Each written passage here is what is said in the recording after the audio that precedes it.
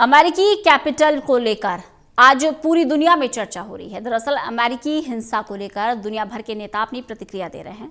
अमेरिकी मित्र देशों ने अपनी प्रतिक्रिया में इस घटना की निंदा की, तो वहीं चीन ने घटना को लेकर तंज कसा। पीएम मोदी ने अमेरिका हिंसा पर प्रतिक्रिया देते हुए कहा कि लोकतांत्रिक प्रक्रिया को गैर कानूनी तरीके से प्रभावित नहीं होने दिया जा सकता।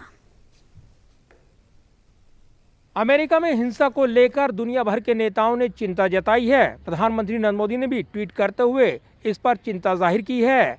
अमेरिकी हिंसा को लेकर प्रधानमंत्री ने कहा कि लोकतांत्रिक प्रक्रिया में गैरकानूनी तरीके से इस तरह की घटनाओं की इजाजत नहीं दी जा सकती।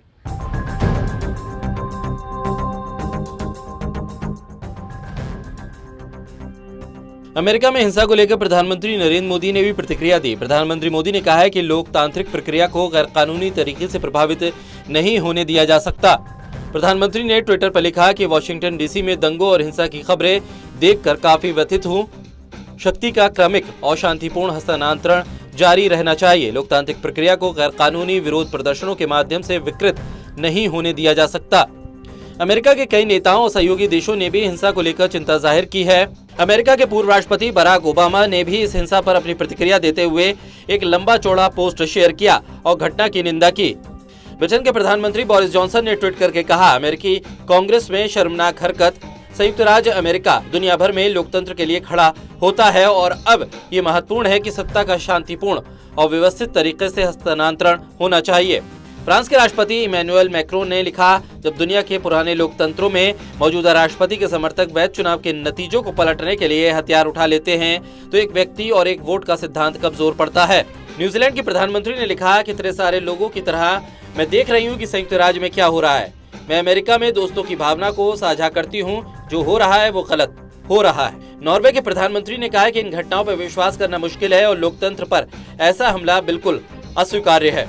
इधर अमेरिकी हिंसा को लेकर चीन ने भी टिप्पणी की है। चीन ने अपने बयान में अमेरिका में जल्द से जल्द शांति, स्थिरता और सुरक्षा बहाल करने की उम्मीद जताई।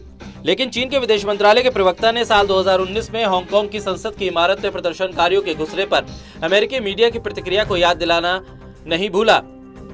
चीनी विदेश मंत्रालय के प्रवक्ता ने कहा है कि जब साल 2019 में हांगकांग में प्रदर्शनकारियों की वजह से अव्यवस्था फैली थी तो अमेरिका के लोगों और मीडिया का रुख अलग क्यों था।